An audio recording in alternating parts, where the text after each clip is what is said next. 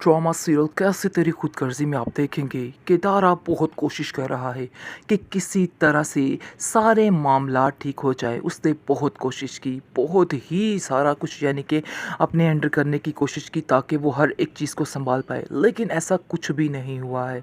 लेकिन जी आप देख रहे हैं कि कैसे इसकी ज़िंदगी इतनी अधूरी रहेगी और महक बिल्कुल अकेली होकर रहेगी।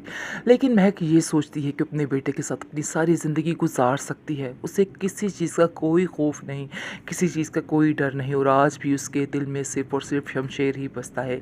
ये हकीकत है। लेकिन आप देखेंगे कि एहसन जो है वो भी बेहद प्यार करना शुरू हो जाता है महक की बहन से, और उसको कहता है कि तुम ऐसा ख़्याल कभी भी अपने दिल में मत लाना, ऐसा कभी नहीं होगा। मैंने दिल से इस रिश्ते को कबूल किया है और मैं हमेशा ये ही करूँगा। तुम्हें फ़िक्र करने की कोई भी ज़रूरत नहीं है। बहुत ज़्यादा परेशान हो चुका है, अब क्या कहते हैं जी एहसन, क्योंकि उसको समझ नहीं आ रही कि आखिर वो महक की ज़िंदगी के लिए क्या करे।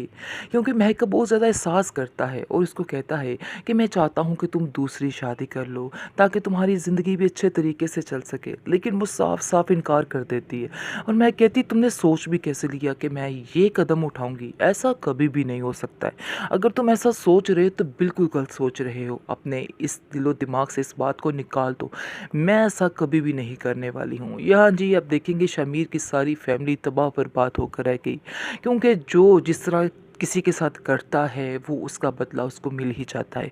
इस तरह से शमशेर के बाप ने सब पे हुकूमत करना चाहिए, सबको अपनी मुट्ठी में करना चाहा, लेकिन उसके पास भी कुछ नहीं रह गया।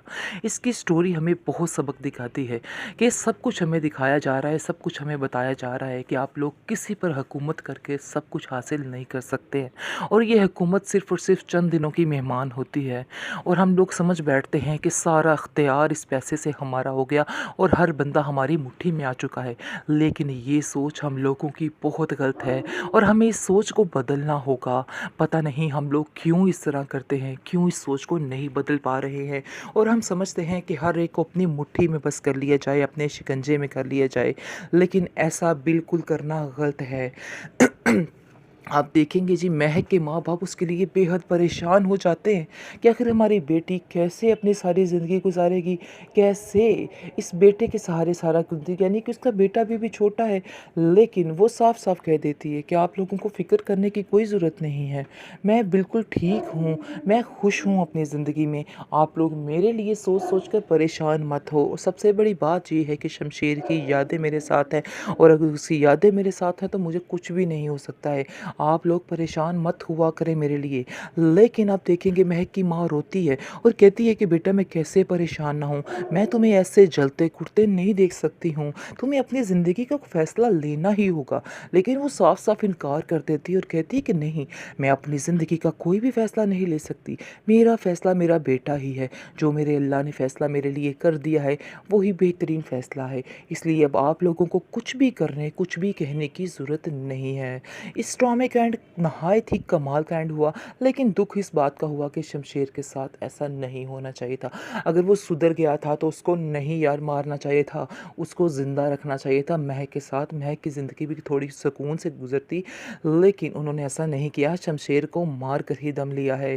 खैर आप देखेंगे कि वो अपने बेटे के साथ बेहद खुश है और उसे इन सब बातों की कोई टेंशन नहीं, कोई परेशानी नहीं। और वो कहती है कि मुझे कोई भी परेशानी वाली बात नहीं है, मैं अपने बेटे के साथ बहुत खुश हूँ। इसलिए बेहतर ये है कि मुझे कोई भी आइंदा से ये मशवरा मत दे कि मैं दूसरी शादी कर लूँ। इसलिए सब खामोश हो जाते हैं और समझते रह जाते हैं कि वो अपनी ज़िंदगी में अपने बेटे के साथ बेहद खुश है। ड्रामा सीरियल कैसे तेरी खुदगर्जी में आप देखेंगे केदारा बहुत कोशिश कर रहा है कि किसी तरह से सारे मामला ठीक हो जाए। उसने बहुत कोशिश की, बहुत ही सारा कुछ यानी कि अपने अंडर करने की कोशिश की ताकि वो हर एक चीज़ को संभाल पाए, लेकिन ऐसा कुछ भी नहीं हुआ है। लेकिन जी आप देख रहे हैं कि कैसे इसकी ज़िंदगी इतनी अधूरी रहेगी और महक बिल्कुल अकेली होकर रहेगी। लेकिन महक ये सोचती है कि अपने बेटे के साथ अपनी सारी ज़िंदगी गुजार सकती है, उसे किसी चीज़ का कोई खौफ नहीं, किसी चीज़ का कोई डर नहीं और आज भी उसके दिल में सिर्फ़ और सिर्फ़ शमशेर ही बसता है। ये हकीकत है। लेकिन आप देखेंगे कि एहसन जो है वो भी बेहद प्यार करना शुरू हो जाता है महक की बहन से और उसको कहता है कि तुम ऐसा ख़्याल कभी भी अपने दिल में मत लाना, ऐसा कभी नहीं होगा। मैंने दिल से इस रिश्ते को कबूल किया है और मैं हमेशा ये ही करूँगा। तुम्हें फ़िक्र करने की कोई भी ज़रूरत नहीं है।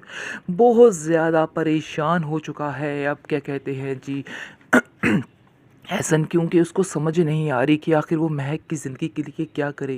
क्योंकि महक का बहुत ज़्यादा एहसास करता है और उसको कहता है कि मैं चाहता हूँ कि तुम दूसरी शादी कर लो ताकि तुम्हारी ज़िंदगी भी अच्छे तरीके से चल सके। लेकिन वो साफ साफ इनकार कर देती है और महक कहती तुमने सोच भी कैसे लिया कि मैं ये कदम उठाऊंगी, ऐसा कभी भी नहीं हो सकता है। अगर तुम ऐसा सोच रहे हो तो बिल्कुल गलत सोच रहे हो, अपने इस दिलो दिमाग से इस बात को निकाल दो।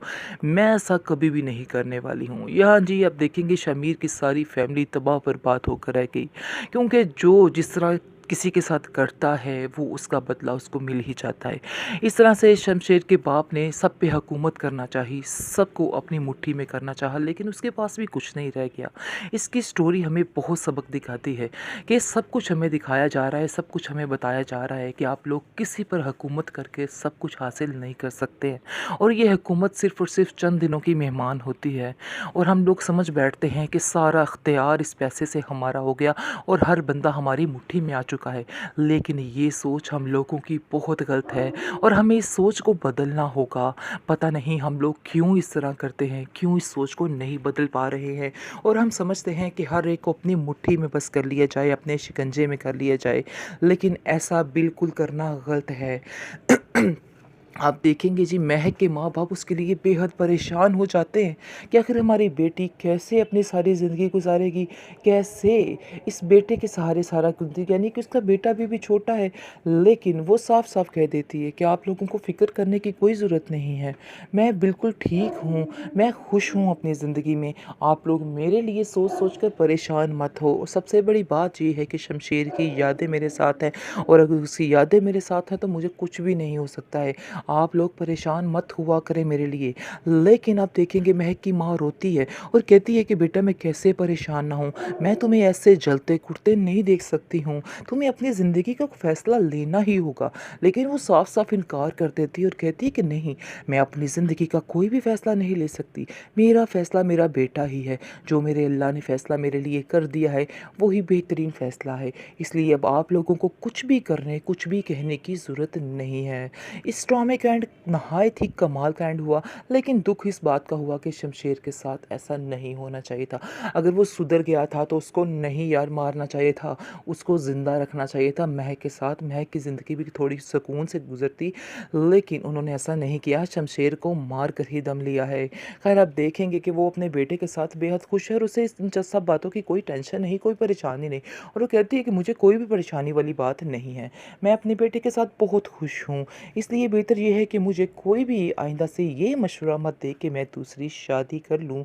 इसलिए सब खामोश हो जाते हैं और समझते रह जाते हैं कि वो अपनी ज़िंदगी में अपने बेटे के साथ बेहद खुश है।